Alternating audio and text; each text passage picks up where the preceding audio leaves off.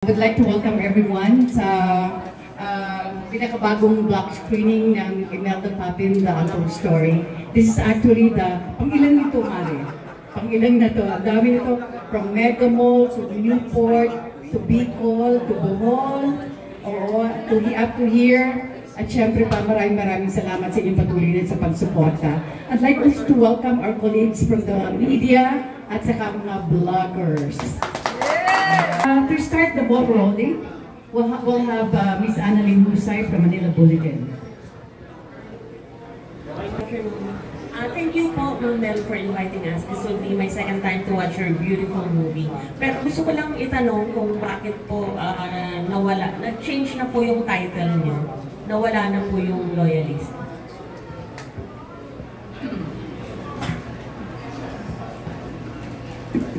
Una-una, magandang gabi po sa inyong lahat. Maraming salamat at narito kayo ngayon. Salamat sa palakpak. Thank you. Yung mga nariyan hanggang doon sa dulo, magandang gabi po. In a few minutes, we're going to start the first screening. Ano po, at dito sa MOA. We already had our premiere night last year. And ang dami na po kasi mga requests. And today, ito po ang opening of first day ng Imelda Papin, The Untold Story. Ang katanungan po ay bakit from Loyalista to Imelda Papin, The Untold Story. Yung original po talaga is Loyalista, The Untold Story of Imelda Papin. So, ang ginawa po namin, nagkaroon po ng desisyon ng Queen Star Film Production with the permission of our Director Gabby Ramos, na mas magandang gamitin yung The Untold Story of Imelda Papin. No? And then, maraming suggestions, and then we decided on just using Imelda Papin since it is my movie. Ito ay movie para maraming request po sa international market. So we decided to change it to Imelda Papin, The Untold Story, para mayakap natin ang lahat ng mga Filipinos all over the world. Yes. May follow-up ka, Annalyn? Ma'am, yeah, because since I watched the movie the first time, what can you say about the performance of Claudine dun sa, sa character as Imelda Papin? What can you comment?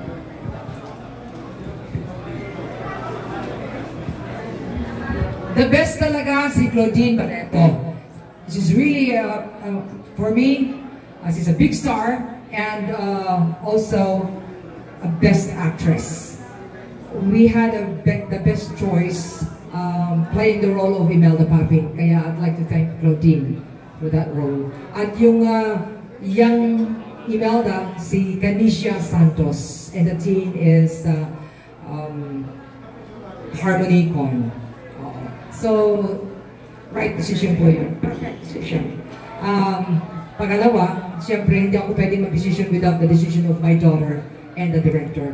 Kaya yun po. Kaya si Claudine po ang kinuha namin at magaling talaga si Claudine, wala akong masabi. Talagang parang Imelda Papin siya sa movie. Thank you. On this side we have Bernard Santos. Hello po, Miss Imelda. My question is, what makes you decide to tell your story via the big screen?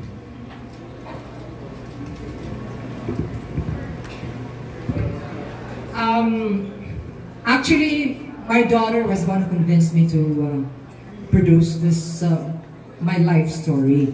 At hindi na po yun, kasi marami akong mga kasamahan na mga, loyalista, ganon.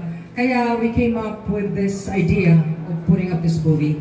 Yung about time, nasabihin na yung buhay ng Imelda Papin because, I owe it to the fans. That's why nandito po ako. I owe it to all of you. So, yun po ang dahilan. And habang nariyan po ako, habang malakas pa si Imelda Papin, habang minamahal niyo pa ako, don't you think it's the right time for me to do this movie? Okay, thank you. At syempre, ang aking director, si Director Gabby Ramos, ang lahat pong ito ay hindi naman po magaganap kung wala po siya. Dahil, yan o, si Director Gabby Ramos.